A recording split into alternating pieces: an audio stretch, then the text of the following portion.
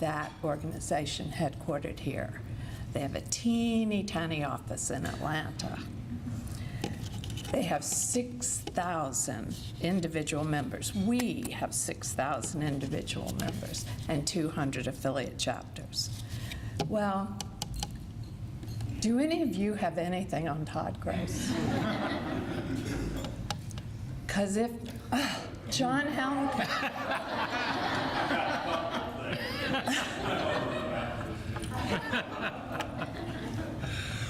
All right, we will see John Helmke after Todd speaks.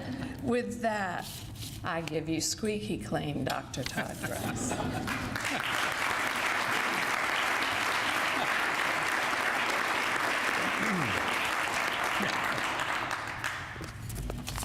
Ellen, thank you so much. You read that exactly as I wrote it, and I appreciate that very much. Actually, you were very kind. Thank you. The kindest thing she said was that I was 27 years old when I came to the Georgia Historical Society. In fact, I was actually 33. I was 27 when I ran the East Tennessee Historical Society, but I was 33 when I came here. Probably wonder, you're thinking to yourself, it doesn't add up. He's been here 18 years. He looks a lot older than that. And in fact, I am. But thank you so much, Ellen. I very much appreciate that very kind introduction. And as you probably know, Ellen is a member of the board of the Georgia Historical Society. She is chairing this year, along with Vince Dooley, the Georgia History Festival. And there are several board members out there today that I would like to take a second and recognize. There are a lot of people out there who have been on the board. I'm afraid if I start naming people, I'm going to forget somebody. Let me mention Ellen, Mark Smith, John Helmke, who is our treasurer, Bob Jepson, who is our vice chairman. We mention them because they are currently serving right now. I want to thank all of you who have in the past given of your time and resources to the society. You heard this table introduced up here. I was worried that with the vice president being in town today that nobody would be here to hear me speak, so I had to bring my own table and have them up here today to listen to me talk. But in fact, I did not invite them to come and hear me speak. They can do that pretty much any day around the office. But I did want them to come today and just simply take a bow for all that they do. And let me mention their names again just a second and mention what they do at the society, because I think one of the things that we don't do enough as leaders, at least I feel like I don't do enough of, is to thank the people who really make the organizations that we all run successful. I think the job that we have as a leader is often just to sort of step back and get out of the way, which I'm glad to do with this wonderful team of people. Stan Deaton, you know, is the senior historian at the Georgia Historical Society. Christy Crisp is director of programs. Leanda Ricks is director of grants and special projects. Lynette Stout is director of library and archives. Patty Maher is director of communications. Caroline Stevens is our development coordinator. Sophia Sanith, education coordinator. Maggie Brewer is membership and outreach services coordinator, and I want to thank them for all that they do and ask you to please give them a round of applause for the work that they do at GHS. We've had several big anniversaries. Stan has been with the Georgia Historical Society now for 15 years. Christy Crisp and Laura Garcia Culler, our executive vice president, who couldn't be here today, they both have been at GHS for 10 years. Lynette, Leanda have been there for 8 years, so we've got a lot of continuity at the top. And again, that's one of the reasons why we have been so successful. And last, before I get into my formal comments, I want to thank all of you, especially those of you who have taken and given so much of your time and resources to support the Georgia Historical Society and history education. Practically every one of you out there is either a member or participates in one of the programs, a corporate sponsor, and we could not do what we do without you, so thank you so very much. Well, today I'm going to do something different than something I really have not done on the numerous times that I've been asked to speak to the club.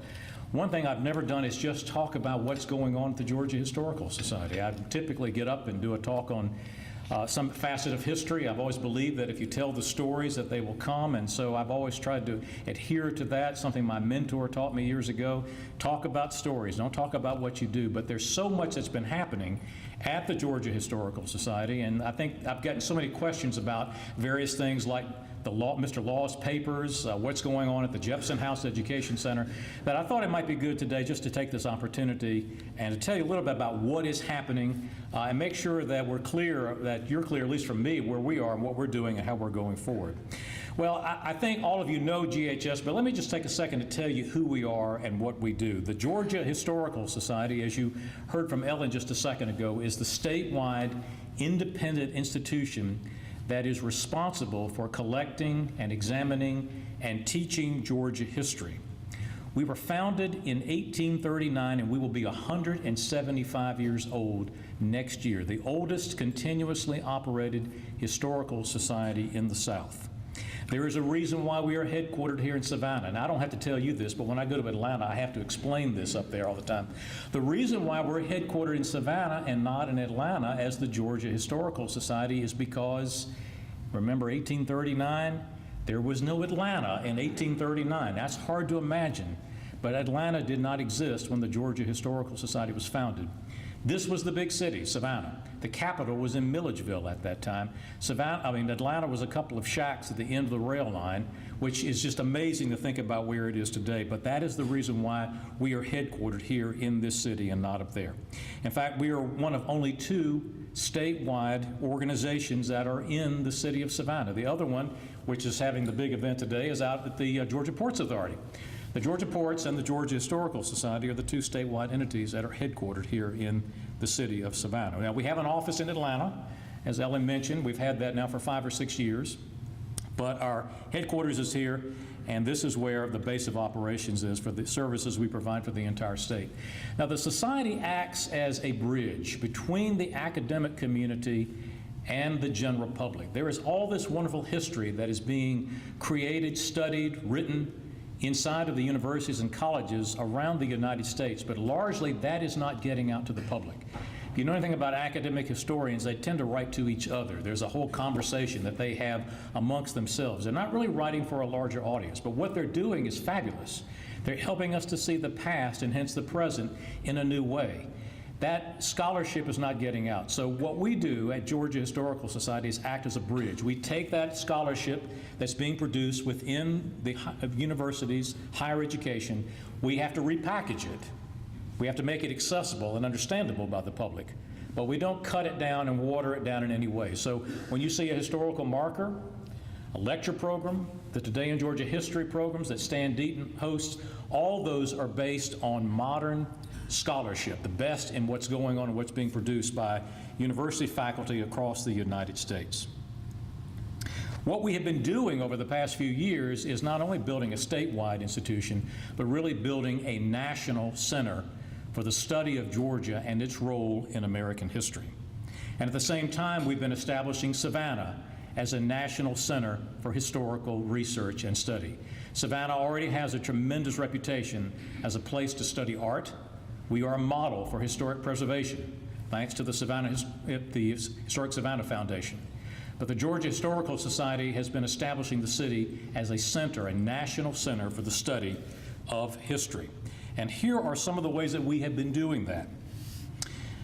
The National Endowment of the Humanities, for the past 6 years, has awarded the Georgia Historical Society a grant to hold a seminar for university and college faculty, which we have held over the past 6 summers, the past 6 years. 350 faculty from institutions of higher learning in 43 states have come to Savannah to study our history here, specifically the history of African Americans and their culture in the Lowcountry. For the past almost 100 years, the Georgia Historical Quarterly, and that's the journal of record for Georgia history, it was founded in 1917.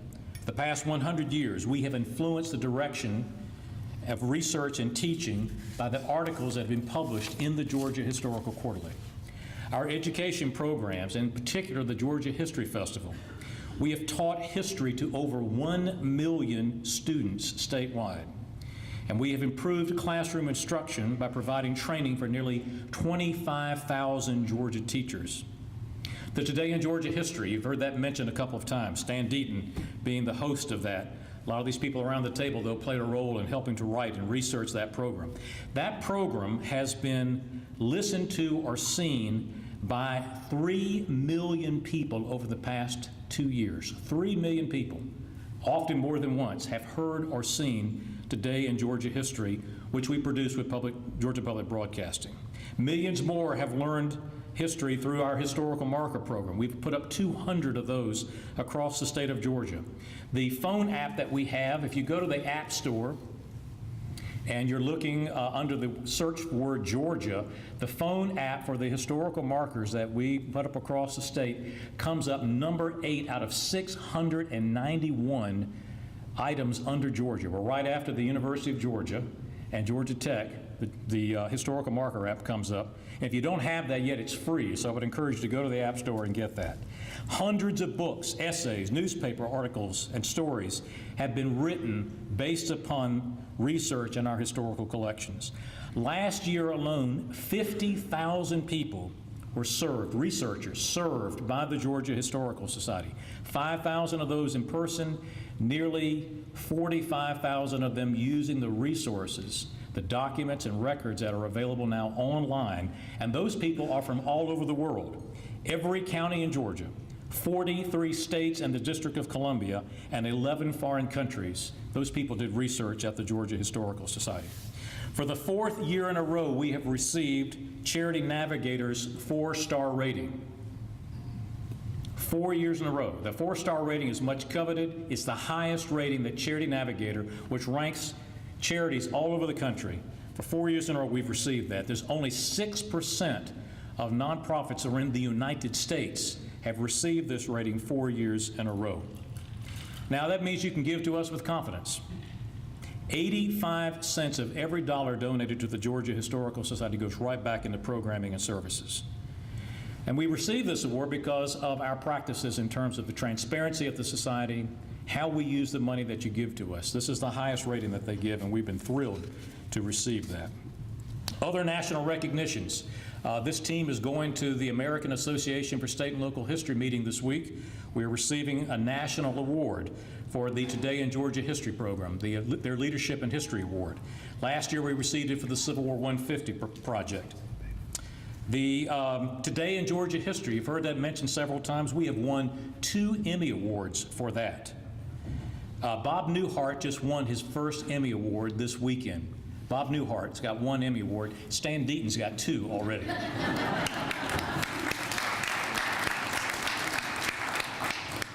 Well, that's some of the ways that we've been reaching out across the United States, serving the people not only of Georgia, but of this country, around the world, and bringing people to Savannah to study history here and creating a national research center here in Savannah. Well, let me tell you about, bring up to speed on a couple of things that are happening at GHS. A lot of you have asked me questions about that. Let me start with the Jepson House Education Center. I'm sorry that Bob Jepson could not be here. I know he's out with the Vice President right now at the ports and couldn't join us today. Many of you know that for the past few years we have been simply overwhelmed at GHS, both in terms of the number of people that we have now on staff, but also the collections that we have acquired from around the state of Georgia. And we have run out of room within the existing buildings that we have. The Hodgson Hall, which was built for us in 1876 as a library and archives, what it is today, it has always been built for us in 1876. That's where the library is. In 1970, the Abrams Annex was built as the archives. Both of those have basically, they are full. And we needed to find some way to deal with that. And so we, with the help of Bob Jepson, and many of you in the audience, were able to acquire a piece of property directly across Gaston Street on the north side in the northwestern corner that we're now converting into our new administration building. And work began on that this summer. We're 2 or 3 months into the project right now. And what's going to happen is that that building, as I said, will be the administration building. It will be the the education center. We will move the staff, the employees will go into that building, and that will solve 2 problems. They will now have the proper workspace. If you've been into the first floor of Hodgson Hall, you know that people are sitting basically the way we are right now. They are sitting around tables, and it's kind of hard to recruit good people when you bring them in and say, here's your office. You get to sit at the table with 10 other people. This will provide the proper workspace for them to be even more efficient, to work even harder than they are right now. But it will also free up that space in Hodgson Hall where the offices have been, allowing us to expand the archives into that first floor and creating about a 25% increase in the storage capacity for the archival collection, which is also something we need to do because we are quickly running out of room there as well. So that's what's happening at the Jepson House. I'm hoping that certainly by next summer, be really great if we could do this by our 175th anniversary. Our annual meeting will be on April the 30th, 175 years old. We'll be celebrating it that night. I don't know if we'll make it by then, but by this time next year, certainly, we will have that construction completed, and we will dedicate the Jepson House, and everyone here will be invited, and we'll be dedicating a historical marker also at the same time, telling the story of that property. A lot has been in the paper at the WW Law Collection. And we are thrilled to have been named the recipient of that collection, and soon, we hope, will be the home of that collection. There's been some confusion about how all that happened. Let me back up and tell you a little bit about that. When Mr. Law died in 2002, one of the first things that happened was that the Georgia Historical Society called the estate, we called Mr. Pendergraph, and said, we want to come and do a survey. We want to help you to preserve this collection. Moreover, we want to help you to make it accessible. And so we sent a team out immediately to go and to kind of try to get a handle on what was there. It is a massive collection. Not only does it consist of the papers of Mr. Law and of the photographs of Mr. Law, but there are phonographs, there are books, his clothes. I mean, basically, the collection consists of everything that Mr. Law owned at the time of his death. So it is a huge collection of material documenting the story and the life of one of the most important figures, really, in Georgia history, in American history. Mr. Law was a significant figure during the Civil Rights Movement. He was also a leader in the history community later in his life and did a lot to help to tell the story of Georgia history and of Savannah's history. So from the very beginning, the Georgia Historical Society has expressed an interest in acquiring this collection so that we could make it accessible to the public. We received, I cannot tell you how many phone calls from people across the country saying, when can we get into that collection? These are researchers doing research on 20th century history, civil rights history. We want to be able to get into that collection, and we know you're going to get it, obviously, and we want to be able to come down and do research. And we said, well, there's no obviously to it. We're not sure what's going to happen with Mr. Law's papers and collection at this point. So from the very beginning, we were involved in that. We wanted to be the home of that.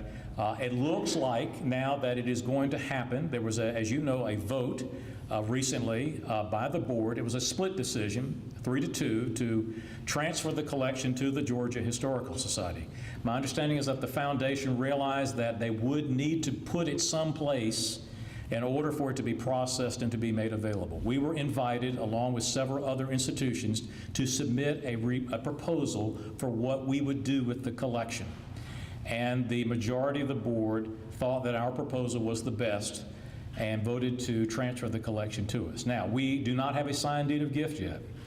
That is still with the foundation. We're still waiting on that. So we still do not have possession of the collection, and nothing can happen with it until we do have that. The SPLOST money is out there. I know I have been quoted on a number of occasions saying that our interest in this predates the SPLOST money. We asked for this collection when there was no SPLOST money, and our request was not contingent upon the SPLOST money. However, I will say that we would like to have the SPLOST money.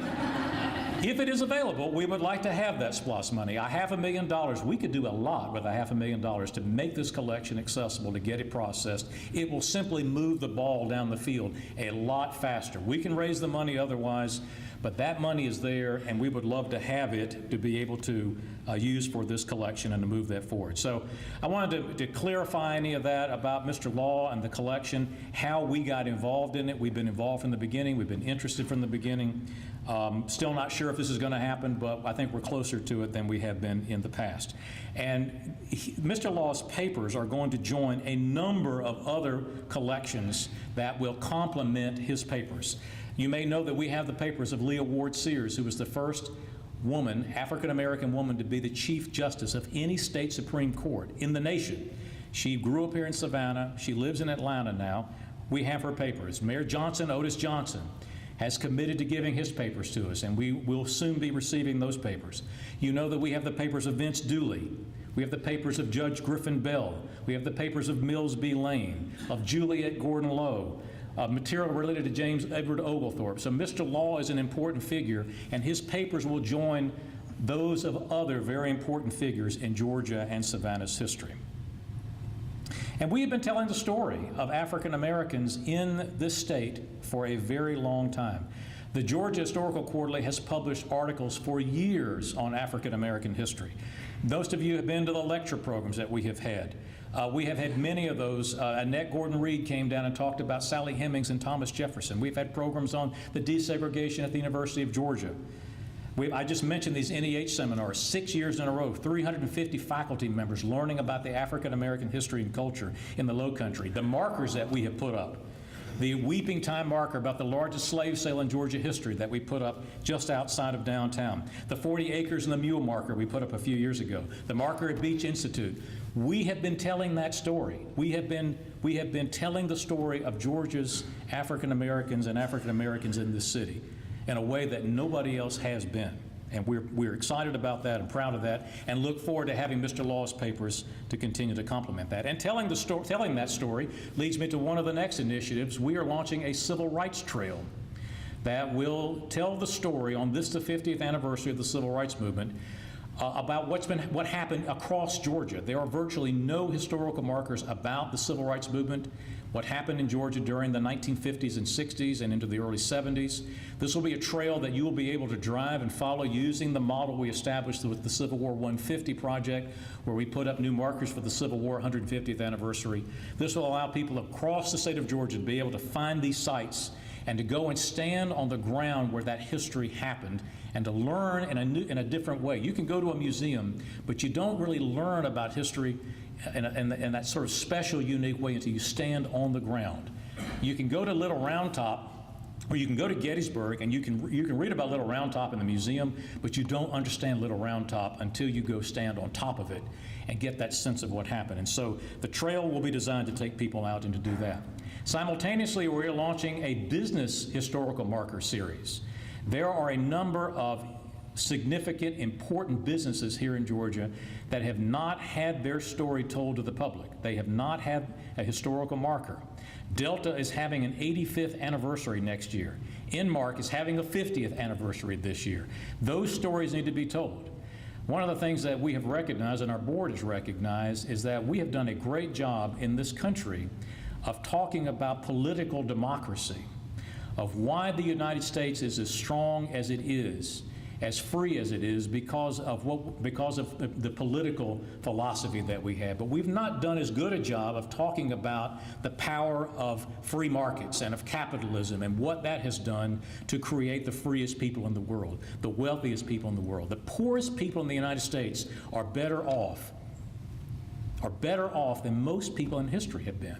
That's because we have the freest country in the world. And that's not just about political democracy, it's also about the free markets that we enjoy. Government has a role to play. Believe me, the people who are at the port right now, they believe government has a role to play. It does play a role in our economy. We want the government to dredge that port. I mean, IBM's not going to go out there and dredge the port. We want the government to do that. So it's government and business working together. So one of the initiatives of our board is to help to tell that story, to be able to make sure that we are playing a part as an institution in helping to make sure that young people growing up know that it is political capitalism, political democracy, capitalism, these things working together that have created the freest country in the world. That's a major initiative for us, and we're going to be marking businesses across the state this coming year using historical markers. We mentioned the Georgia History Festival. That's one of the last things I'll mention before I close. The History Festival this year, as you know, that is our K through 12 education program. Happens every year around the founding of the colony of Georgia. 100,000 people participate in that event every year. It is not only our major education event, but it's our only fundraising event. We don't do anything else during the year. That's our event. We raise about $650,000 a year through the History Festival. And the funds from that go back into the festival, but they also go back into all the other things that we do that do not have a stream of income, the library and archives, the Georgia Historical Quarterly, all the other services that these great people provide that do not have a stream of income. The History Festival helps to pay for all those. We're really excited and pleased that Ellen Bolch and Vince Dooley are co-chairing the event this year. The historical figure this year, and we're going to have a big public announcement about this, in 2014 is going to be Flannery O'Connor. Next year will be the 50th anniversary of her death, and since her writing delved into the macabre, we thought that she'd get a real kick out of the fact that we will be marking and celebrating her death next year. And we'll have a public announcement about that. At the gala, the trustees gala, the governor will be coming down. We will be inducting as Georgia trustees this coming year in 2014 two really wonderful Georgians, Billy Payne and Arthur Blank. They are very good friends. It will promises to be a great evening, an entertaining evening. If you have been to the Georgia Trustees Gala, you know how much fun it is, and this promises to be another great event. So, why does all this matter? If you're still awake out there, why does all this matter? Well, it matters, I think, because understanding the present matters. When we're studying history, we're not really talking about the past as much as we're talking about the present. How was the world that we live in today created? How did we get to this point? I hear people say to me all the time, including my own 14-year-old daughter, "Dad, history is boring." And when I hear people say, "I don't care about history," or "I think it's boring," what that tells me is that they don't care anything about how the world was created that we live in today. If we can understand how we got to this point, the decisions that were made, to getting to this point, how this world was created, we will be better prepared to make good decisions about going forward into the future. How you see the past shapes how you see the present. It shapes the decisions that you make. And so to me, understanding history is incredibly important for that reason. I also think that understanding history is crucial to the survival of this nation and this republic. The essence of what it means to be an American is contained in the story of our nation. There's no book you can get that says this is what an American is. The only book you can go and find that in is a history book, a textbook about American history. The story of what this nation, how it was founded, why it was founded, the sacrifices that had been made to get us to this point, to expand our liberties, that's what the story of America is all about. That's what it means to be an American. If you look at the citizenship test to become an American citizen that this young lady just took, 3/4, 75% of the questions are about American history. The people who give that test know that to understand that history means to understand what it means to be an American. We're not a people held together by a common religion. We're many different religions. We're not a people held together by the same race, the same ethnicity, but we are held together with ideas about justice, about liberty, freedom, opportunity. And American history, the story of our nation, tells that to us. So I think, to me, it's important to know American history. You heard 1 million people a year are coming to this country. How are they going to know what it means to be an American? How are we going to make them American citizens? When they come here, that story becomes their story too. Not just Joe's of us. My family came here in the 1600s. Well, yeah, that's my story, but it's also somebody's story, this young lady who just came. It's her story too. And if they're going to be American citizens, they have to learn that. So every time you send in your membership renewal to the society, every time you support individually or your businesses support the History Festival, every time you make a gift to a capital campaign, you're doing your part to sustain our democracy and ensure the perpetuity of the United States of America. Thank you very much.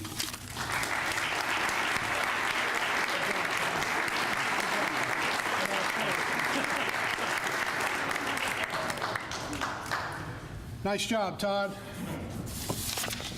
I want to present